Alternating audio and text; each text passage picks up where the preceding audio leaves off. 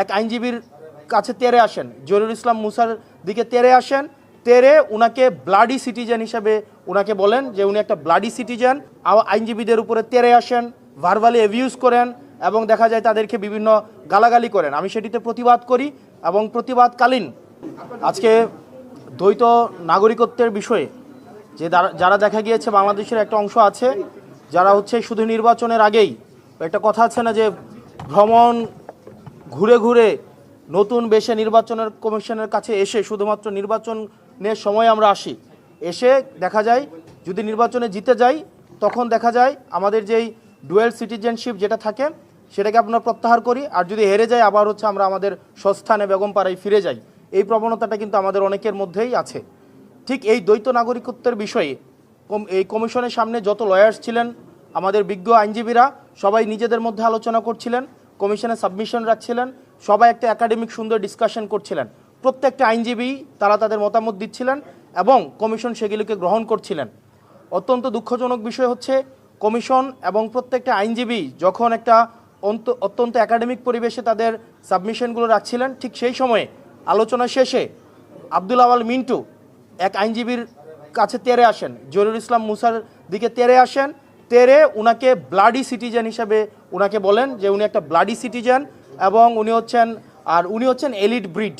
উনি elite breed. আর দ্বৈত নাগরিকত্বের বিষয়ে স্ট্রিক্ট অবস্থান রাখার জন্য কমিশনে যারা হচ্ছে সাবমিশন দিচ্ছিলেন সেই সব আইনজীবীদেরকে উনি বলছিলেন ওনারা হচ্ছেন ব্লাডি সিটিজেন। তো সেই জায়গাটিতে আমরা প্রতিবাদ করি।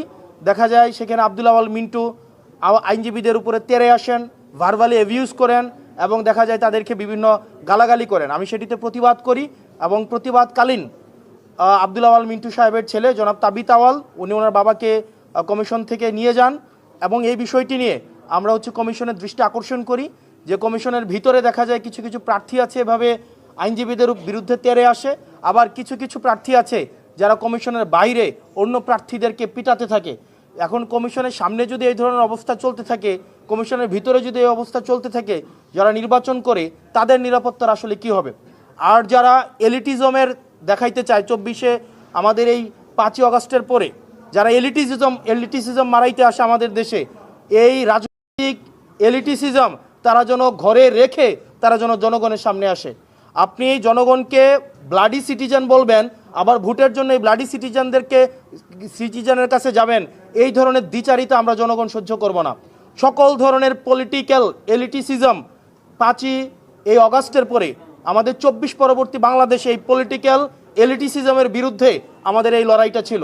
সুতরাং আব্দুল আওয়াল মিন্টুদের মতো যারা বিদেশে টাকা পাচার করে, যারা বিদেশে থাকে এবং যারা হচ্ছে মেনটেইন করে, অর্থাৎ আওয়ামী লীগের সাথে আত্মীয়তা করে বিভিন্ন বিজনেস করে, স্বরাষ্ট্র মন্ত্রণালয়ে নিজের এই পরিবারের বিভিন্ন বিজনেস টিকায় রাখে, শেখ রাহানার সাথে যারা বিজনেস করে, এই তাদের পলিটিক্যাল এলিটিসিজম যখন মারাইতে আসবে, আমাদের এই সিভিলিয়ানদেরকে যখন বলবে আমরা হচ্ছি ব্লাডি সিটিজেন, সেটা হচ্ছে প্রত্যেকটা নাগরিককে, প্রত্যেকটা যারা ভোটার রয়েছে তাদের প্রত্যেকের মানহানি করে।